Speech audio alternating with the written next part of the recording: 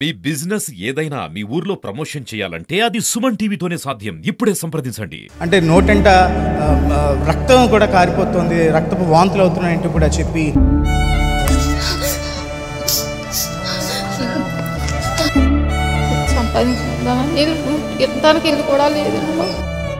కత్తిరి తీసుకొచ్చి అక్కడి నుంచి సౌదీ అరేబియా తీసుకొచ్చేసారు ఎడారిలోకి.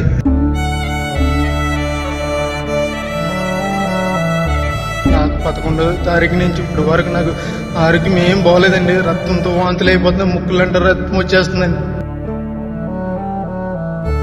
ఎవరైనా పెద్ద మనసుతో నాకు సాయం చేయండి. నన్ను ఈ నరకం నుంచి నన్ను కొంచెం బయటపడండి. 10 రోజుల్లో కనుక నేను ఇలా ఉంటే కనుక చచ్చిపోతానండి.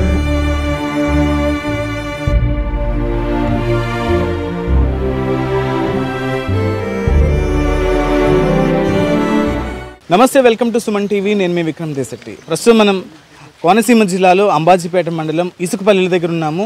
అంటే ఇక్కడికి సుమన్ టీవీ రావడానికి ఒక రీజన్ ఉంది, ఒకే ఒక్క సెల్ఫీ వీడియో. అది కూడా ఖతర్ ఎడారుల్లో ఒక వ్యక్తి తాను చాలా ఇబ్బందులు పడుతున్నట్టు, రక్తపు వాంతులు అవుతున్నాయి, అమ్మ ప్రభుత్వ అధికారులు నన్ను ఎలాగైనా మా ఇంటికి చేర్చండి అని ఒక సెల్ఫీ వీడియో ఇప్పుడు నెట్టింట హల్చల్ అవుతున్న పరిస్థితి. ఆ హల్చల్లో భాగంగానే ఇటు మంత్రి నారా లోకేష్ కూడా దానికి ట్వీట్ చేశారు. గతంలో మొన్న ఒక వ్యక్తిని అటు ఎంబసీ నుంచి తీసుకుని వచ్చే ప్రయత్నాలు అయితే జరుగుతున్నాయి. మరి ఇంకొక కేసు రీసెంట్గా ఈ వ్యక్తి ఆ ఎడారిలో అంటే ఒంటులు ఉండే స్థలంలో నేను ఉంటున్నాను, తట్టుకోలేకపోతున్నాను, అంటే నోటంట రక్తం కూడా కారిపోతుంది, రక్తపు వాంతులు అవుతున్నాయంటూ కూడా చెప్పి కన్నీరు మున్నీరుగా వెలిపిస్తున్నారు. ప్రస్తుతం వాళ్ళ ఇంటి దగ్గర ఉన్న వాళ్ళ తల్లిదండ్రులు ఇక్కడే ఉన్నారు. వీరేంద్ర కుమార్ అసలు అంటే ఏంటి, ఎంత కష్టపడుతూ ఇక్కడి నుంచి వెళ్ళాడు, ఎన్ని ఆశలతోటి అక్కడికి వెళ్ళాడు, ఎలాంటి పరిస్థితులు ఉన్నాయి, అసలు వాళ్ళ తల్లిదండ్రులు ఏమనుకుంటారు? అమ్మ ఏమంటారు? అంటే ఇక్కడ ఊర్లో ఉద్యోగాలు లేకపోతే ఏమైనా అప్పుల పాలయ్యి అక్కడికి వెళ్ళి సంపాదించుకొని వద్దామనే అభిప్రాయంతో అక్కడికి వెళ్ళాడా, ఏమంటారు? అప్పుల పాలయ్యి వెళ్ళారు, సంపాదించుకుందామని. దానికి ఇల్లు కూడా లేదమ్మా సరిగ్గా.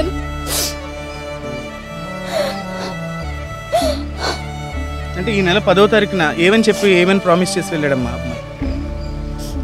2 సంవత్సరాలు ఎంత ఇబ్బంది అయినా 2 సంవత్సరాలు నేను చేసుకుని వస్తానమ్మా, వచ్చి నేను పెళ్లి చేసుకుంటానమ్మా అన్నాడని. అలాగా అన్న అబ్బాయి మరి ఇప్పుడు ఇలాగెట్టాడంటే ఎంత నరకం చూస్తే ఎంత ప్రమాదంగా ఉంటే ఎంత ఇలాగెట్టాడండి వీడి. అంటే ఏమని నమ్మి చెప్పారు? అంటే ఏజెంట్ల మధ్యలో ఉంటారు, వాళ్ళు డబ్బులు తీసుకుంటుంటారు, అసలు ఎంత డబ్బులు కట్టారు, ఆ డబ్బు ఎక్కడి నుంచి మీరు తీసుకొచ్చి కట్టారు, వాళ్ళు ఏమన్నారు పంపించేటప్పుడు, ఇప్పుడు ఏమంటున్నారు? ఇప్పుడైతే ఫోన్లు ఎత్తట్లేదండి. అప్పుడైతే మీ అబ్బాయికి ఏం కాదు, మీ అబ్బాయి శుభ్రంగా చేసుకుంటారు, మేము చెప్పిన దాంట్లోకి పంపిస్తామన్నారండి. ఇప్పుడు వాళ్ళు చెప్పింది వేరండి, ఇప్పుడు మా అబ్బాయిని పంపించింది వేరే అయిపోయిందండి. మేమైతే 1,50,000 అప్పులు చేసుకొచ్చామండి, అప్పులు చేసుకొచ్చి కట్టామండి. 60,000 అయితే ఫోన్పే చేయామండి, 80 అయితే క్యాష్ ఇచ్చామండి. ఇప్పుడు ఏంటి అసలు ఈ వీడియో వచ్చిన తర్వాత వాళ్ళకి అసలు మీరు మాట్లాడి ఫోన్లు చేస్తుంటే వాళ్ళ ఇంటికి కానీ ఏమైనా వెళ్ళడం జరిగిందా? వెళ్ళారండి. ఇక్కడ ఒక ఆమె తెలిసిన ఆమె ఆ ఏజెంట్ చూసిందండి. ఆవిడ దగ్గరికి వెళ్తే సర్లే ఏజెంట్తో నేను మాట్లాడుతున్నానండి. ఆ ఏజెంట్కి మా ఊళ్ళు ఫోన్ చేసినా కానీ మేము ఫోన్ చేసినా ఫోన్ ఎత్తట్లేదండి. ఏమైతే నేను చెప్తాను, నేను మాట్లాడుతానని అంటున్నారండి. మరి ఇంకా మాకు ఇంకేం చెప్పలేదండి ఆవిడైతేనే. అంటే వీరేంద్ర కుమార్ ఆ వీడియోలో చాలా బాధపడుతున్నాడు. అసలు ఆ వీడియో చూసిన తర్వాత మీతో మళ్ళీ నేరుగా మాట్లాడా? లేదండి, మాట్లాడలేదండి, మాతో అయితే మాట్లాడలేదండి. చివరిసారిగా అంటే ఎప్పుడు మాట్లాడాడు వీరేంద్ర? ఎందుకంటే 2 సార్లు అయితే మాట్లాడాడండి. ఇంకా అక్కడి నుంచి వాయిస్ మెసేజ్లో పెట్టుకోవడానికి అండి. రైట్. అంటే వాళ్ళ బ్రదర్ ఉన్నాడు. మీ పేరేంటి? అసలు మీ అన్నయ్య ఇక్కడి నుంచి ఏమని మీతో చెప్పి వెళ్ళాడు, ఏమంటారు? నా పేరు అయితే సరళ రవికుమార్ అండి. మా అన్నయ్య అయితే కనుక ఇల్లు కట్టుకుందాం, సెటిల్ అవుదామని దాంట్లో వెళ్ళాడు. ఇక్కడ ఏజెంట్ ఆవిడ తెలుసు, ఆవిడ చిన్నమ్మ అవుతుంది మాకు.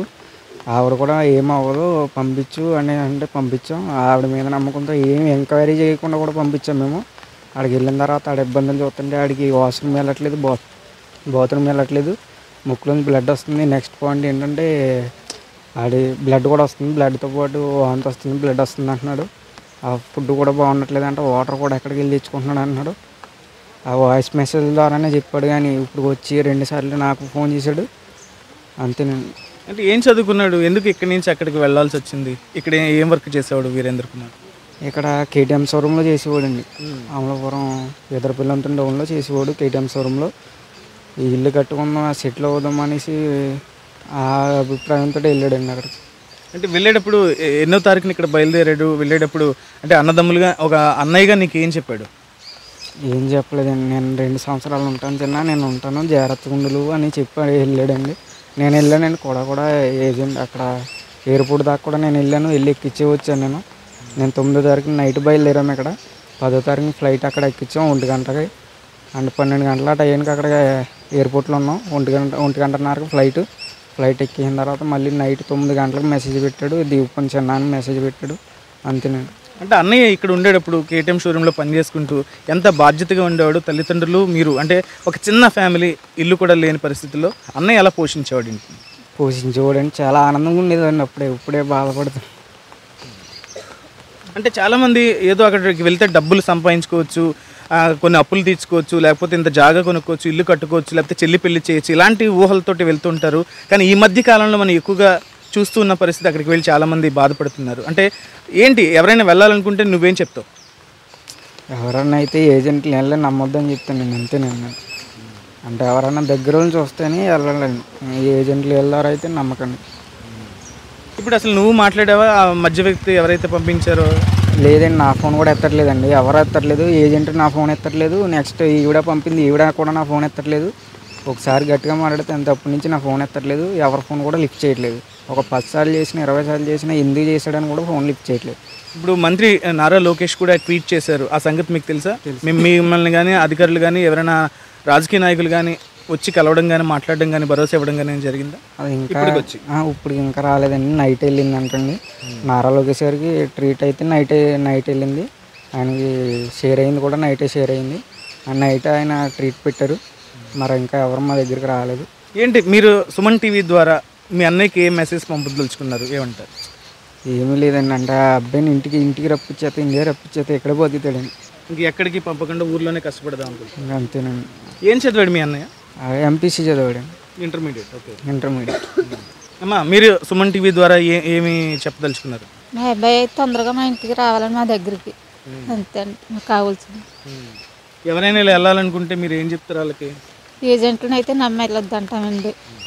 ఎవరైనా దగ్గర వాళ్ళు వెళ్తాం. నా కొడుకులాగా ఇంకెవరు మోసపోవద్దని కోరుకుంటానండి నేను. అయ్యా మీరు చెప్పండి, మీ అబ్బాయి అంటే మాట్లాడలేని పరిస్థితుల్లో వాళ్ళ నాన్నగారు అయితే ఉన్నారు, తమ్ముడైతే కుమిలిపోతున్న పరిస్థితి. ఎందుకు ఇక్కడే చక్కగా ఆనందంగా ఉండేవాళ్ళం, ఏదో అంటే 2 సంవత్సరాలు అక్కడికి వెళ్ళి అని నేను వస్తాను 2 సంవత్సరాలు కష్టపడతాను, మనం ఒక ఇల్లు కట్టుకోవచ్చు, చక్కగా హ్యాపీగా ఉండొచ్చు, దానికోసమే నేను వెళ్తున్నాను, ఎంతైనా తట్టుకుంటానని చెప్పిన వ్యక్తి ఈరోజు ఆ ఎడారిలో ఆ మండు టెండల్లో ఒకవైపు మొత్తం మోషన్ రావట్లేదని, లేకపోతే నోటంట రక్తం వస్తుంది, తాగడానికి నీరు లేదు, తినడానికి ఆహారం లేని పరిస్థితుల్లో ఉన్నాను, ఖచ్చితంగా నన్ను ఆదుకోండి అంటూ సెల్ఫీ వీడియో పెట్టాడు. సుమన్ టీవీ సాక్షిగా అందరూ ఒకటే కోరుకుంటున్నారు, ఖచ్చితంగా మళ్ళీ వీరేష్ వీళ్ళ ఇంటికి చేరుకోవాలి, ఎలాంటి ఇబ్బందులు పడకుండా ఇక్కడికి వచ్చిన తర్వాత హ్యాపీగా ఇక్కడే ఉండాలంటూ కూడా చాలామంది కోరుతున్న పరిస్థితి. కెమెరా అరుణ్తో విక్రమ్, సుమన్ టీవీ, చంద్రపూర్ నుంచి.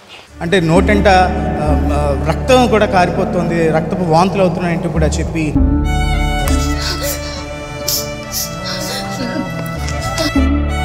సంపాదించుకుందామని ఇస్తానికి ఇల్లు కూడా లేదు. ఖత్తర్ తీసుకొచ్చి అక్కడి నుంచి సౌదీ అరేబియా తీసుకొచ్చేసారు 2 ఏడాదిలోకి.